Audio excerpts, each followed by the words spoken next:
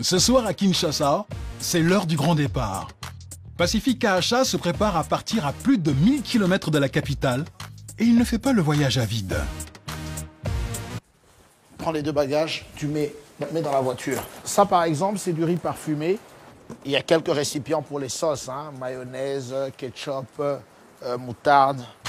Comme à chaque départ, le père de famille prend le temps d'embrasser ses enfants et sa femme avant d'entamer un long voyage. Le businessman part rejoindre les entreprises qu'il a implantées à l'autre bout du pays.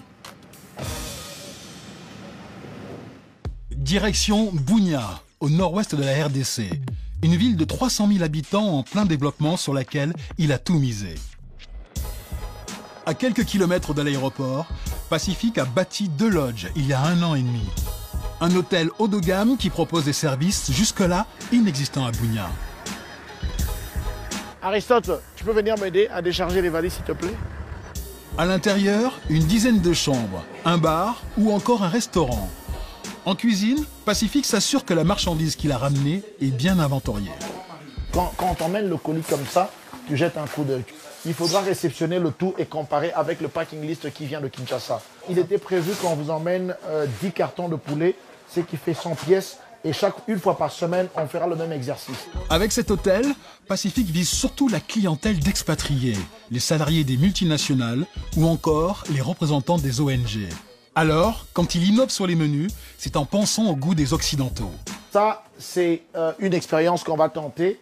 C'est des saucisses pour faire les hot dogs. On va faire une grande promo d'ici la semaine prochaine pour essayer de voir si le personnel expatrié ici à Bunia, parce qu'il y a beaucoup d'Américains qui sont arrivés, ils aiment bien les hot dogs, on essaiera de voir comment leur préparer la choucroute et leur faire des hot dogs. On espère que ça pourra être un produit phare. Peut-être qu'on en vendra 100 ou 200 par jour. Car la stratégie de Pacific, c'est de faire du business grâce aux multinationales pour répondre à tous leurs besoins. Et ils se développent tous azimuts.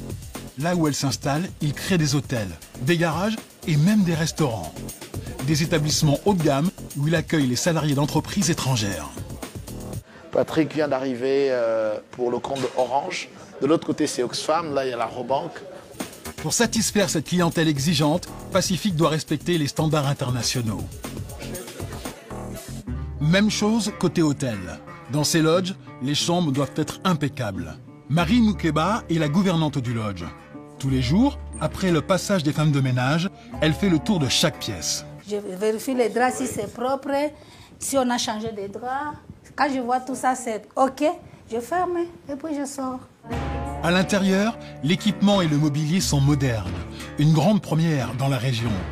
Surtout, cet hôtel offre tout le confort d'un établissement de la capitale, avec un accès à l'électricité et à l'eau chaude 24 heures sur 24.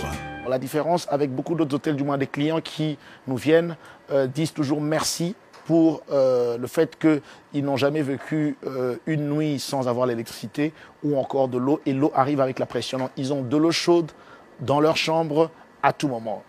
Un luxe rendu possible par Pacific lui-même.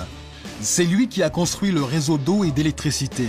Coût total des infrastructures, plus d'1 milliard de francs CFA. Mais à l'écouter, l'investissement va très vite être rentabilisé. Ce site fait à peine 30 mètres sur 20 mètres. C'est 600 mètres carrés. Mais 5 chambres, c'est un potentiel de $500 par jour. Et $500 par jour, à 30 jours, c'est $15 000. C'est grâce à son propre parcours professionnel que Pacific a eu l'idée de se lancer sur ce marché. Moi-même, j'ai travaillé par le passé pour les Nations Unies, j'ai travaillé pour le groupe Anglo-Gold Ashanti et nous avions souvent beaucoup de difficultés à loger nos cadres qui venaient en mission. La qualité ne suivait pas. Et donc, j'ai identifié cette niche et on essaie de voir dans quelle mesure on peut combler ce déficit que nous avions d'un point de vue infrastructure au niveau de Bunia.